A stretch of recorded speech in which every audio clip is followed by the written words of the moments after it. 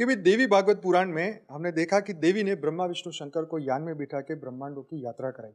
अब हमें ये कैसे, ये जो प्रसंग है, ये जो एपिसोड, ये जो घटना जब घटी होगी उसके बारे में थोड़ा सा सोचते हैं और इसके बारे में थोड़ा डिटेल जानते हैं कि ये कब, कहाँ, कैसे हुआ और किस तरीके से, किस सिचुएशन में हुआ। तो जान के आपको बहुत ही मजा आने वाला है। तो पूरा छोटा सा वीडियो है, पूरा देखना।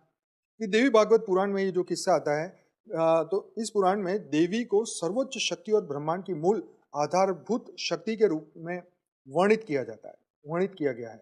मतलब ऑब्वियसली ब्रह्मा विष्णु शंकर के भी वो रचयिता है, इसलिए वो महादेवी है, जगदम्बा है, जगत जननी है।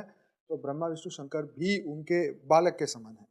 तो इस ग्रंथ में देवी की महिमा और उनके अनगिनत रूप और उनकी शक्ति का विस्तार से वर्णन किया गया है।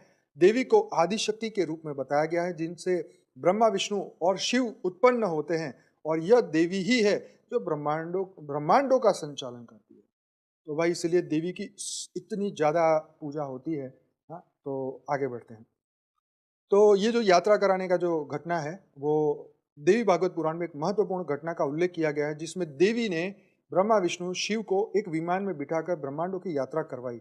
इस घटना इस घटना में देवी की सर्वोच्च सत्ता को दर्शाया गया है, जहां पर बताया गया है कि देवी ही सृष्टि के पालन और संहार की शक्ति उनके पास है और सभी देवता उनकी शक्ति के अधीन है। इस कथा के माध्यम से यह सिद्ध किया जाता है कि ब्रह्मा विष्णु शिव को त्रिदेव कहते हैं और वे भी देवी की कृपा और शक्ति के बिना कुछ नहीं कर सकते। तो कथा का सार यह है कि ब्रह्मा विष्णु और शिव के बीच यह विचार उत्पन्न होता है कि उनकी शक्तियां सर्वोपरि है। इस भ्रम को दूर करने के लिए देवी ने उन्हें एक विमान में बिठाकर ब्रह्मांडों की यात्रा करवाई। यात्रा के दौरान त्रिदेव यह देखते हैं कि अनगिनत ब्रह्मांड है और हर ब्रह्मांड में एक ब्रह्मा, एक विष्णु और एक शिव है जो इस ब्रह्मांड का संचालन कर रहे हैं। यह अनुभव त्रिदेव को यह समझाने के लिए था कि अनंत ब्रह्मांडों में से केवल एक ब्रह्मांड के देवता और उनकी सत्ता देवी के सर्वोच्च शक्ति के अधीन है। अतः त्रिदेव ने इस अनुभव से यह सीखा कि वे भी देवी को माया के प्रभाव देखा कि वे भी देवी की माया के प्रभाव में है और उनकी शक्ति देवी के अनुग्रह से ही संचालित होती है। तो उन्होंने देखा कि ऐसे अनंत ब्रह्मांड है और हर ब्रह्मांड में ब्रह्मा विष्णु शंकर है। तो ये सभी ब्रह्मांडों के रचयिता महादेवी है।